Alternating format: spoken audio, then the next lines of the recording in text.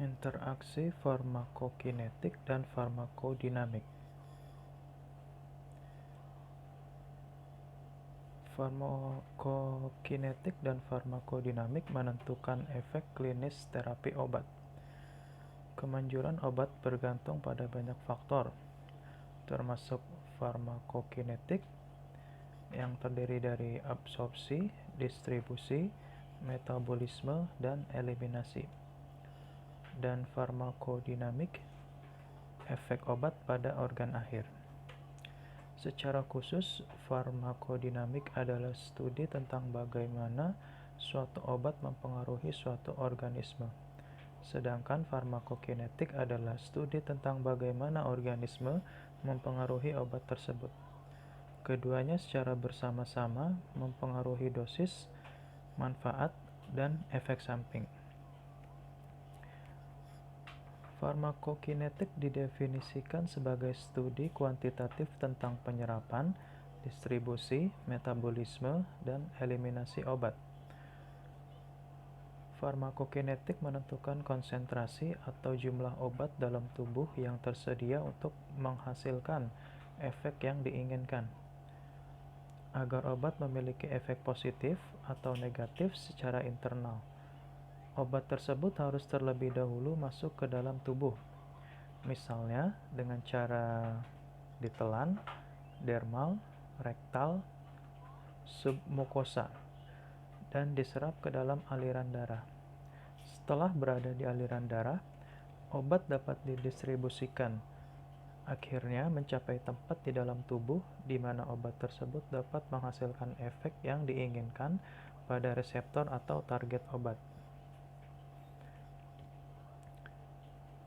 Apa yang dilakukan tubuh terhadap obat? Yaitu absorpsi, distribusi, metabolisme, dan ekskresi atau eliminasi.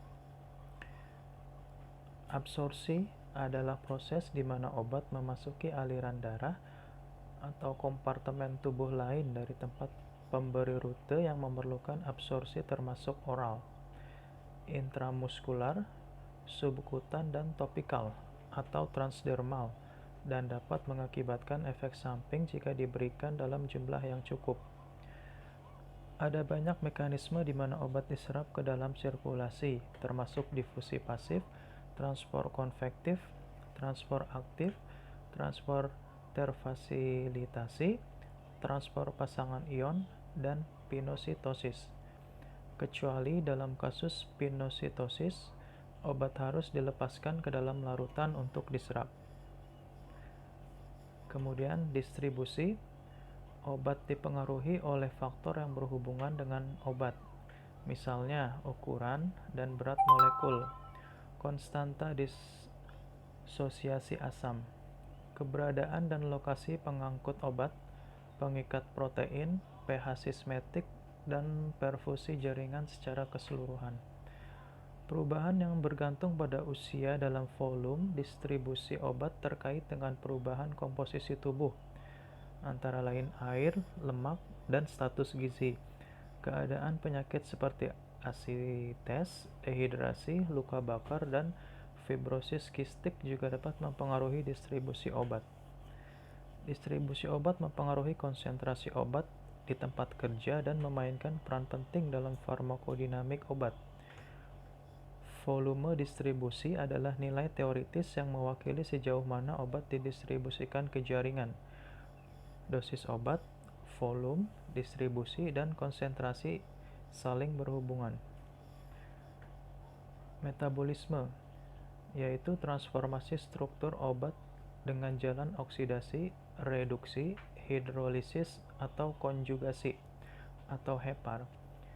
Metabolisme obat yang terjadi terutama di retikulum endoplasma seluler adalah modifikasi biokimia obat melalui sistem enzimatik khusus untuk mengubah zat menjadi produk hidrofilik yang lebih siap diekskresikan.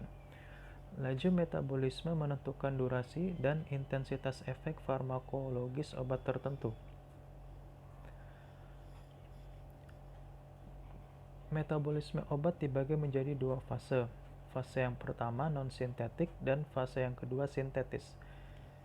Enzim fase pertama memasuki gugus reaktif atau polar ke dalam bahan kimia yang kemudian dimodifikasi lebih lanjut oleh senyawa fase 2 menjadi senyawa yang lebih polar. Reaksi fase 1 meliputi oksidasi, reduksi, hidrolisis, dan hidroksilasi. Enzim fase 1 termasuk oksidase fungsi campuran yang bergantung pada CYP. Reaksi fase kedua terutama melibatkan konjugasi dengan ligan endogen, misalnya glisin, glukuronida, glutatione, atau sulfat. Reaksi fase kedua dikatalisasi oleh banyak enzim berbeda, misalnya UDP, glukuronosil transferase terlibat dalam metabolisme opiat dan acetaminophen. Efisiensi enzim pemetabolisme obat bervariasi menurut usia dan sesuai dengan kisaran tahapan fisiologis dari masa bayi hingga remaja. Umumnya, aktivitas lebih rendah saat lahir, berkembang ke tingkat yang lebih tinggi selama berbulan-bulan hingga bertahun-tahun. Kemudian yang terakhir, ekskresi atau eliminasi adalah upaya membersihkan tubuh dari senyawa bioaktif atau dengan kata lain pengeluaran obat dari dalam tubuh. Rute utama dari eliminasi obat adalah melalui ginjal. Rute-rute lain meliputi empedu, feses, paru-paru, saliva, keringat, dan air susu ibu. Obat bebas yang tidak berkaitan dengan protein tidak dapat difiltrasi oleh ginjal. Sekali obat dilepaskan bebas dan akhirnya akan diekskresikan melalui urin. pH urin mempengaruhi ekskresi obat. pH urin bervariasi dari 4,5 sampai 8. Urin yang asam meningkatkan eliminasi obat-obat yang bersifat basa lemah.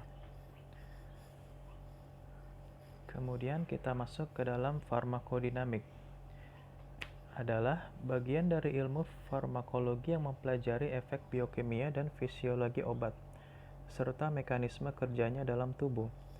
Tujuan mempelajari mekanisme kerja obat ialah untuk meneliti efek utama obat, mengetahui interaksi obat dalam sel, dan mengetahui urutan peristiwa serta spektrum efek dan respons yang terjadi. Farmakodinamik lebih fokus membahas dan mempelajari seputar efek obat-obatan itu sendiri di dalam tubuh, baik dari segi fisiologi maupun biokimia terhadap berbagai organ tubuh, serta mekanisme kerja obat-obatan di dalam tubuh manusia. Farmakodinamik juga sering disebut dengan aksi atau efek obat. Jadi, farmakodinamik menggambarkan hubungan antara konsentrasi obat dan efek klinis yang diinginkan dari obat serta efek samping yang tidak diinginkan. Mekanisme kerja obat dipengaruhi oleh reseptor, enzim, dan hormon. Kebanyakan obat pada tubuh bekerja melalui salah satu dari proses interaksi obat dengan reseptor, interaksi obat dengan enzim, dan kerja obat non-spesifik. Interaksi obat dengan reseptor terjadi ketika obat berinteraksi dengan bagian dari sel, ribosom, atau tempat lain yang sering disebut sebagai reseptor. Reseptor sendiri bisa berupa protein, asam nukleat, enzim, karbohidrat, atau lemak. Semakin banyak reseptor yang diduduki atau bereaksi, maka efek dari obat tersebut akan meningkat. Interaksi obat dengan enzim dapat terjadi jika obat atau zat kimia berinteraksi dengan enzim pada tubuh.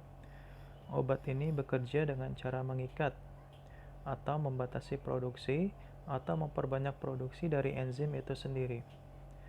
Kerja obat non-spesifik adalah obat tersebut bekerja dengan cara mengikat reseptor. Obat yang berikatan dengan reseptor disebut agonis, sedangkan ada pula obat yang menghambat kerja suatu agonis yaitu disebut antagonis.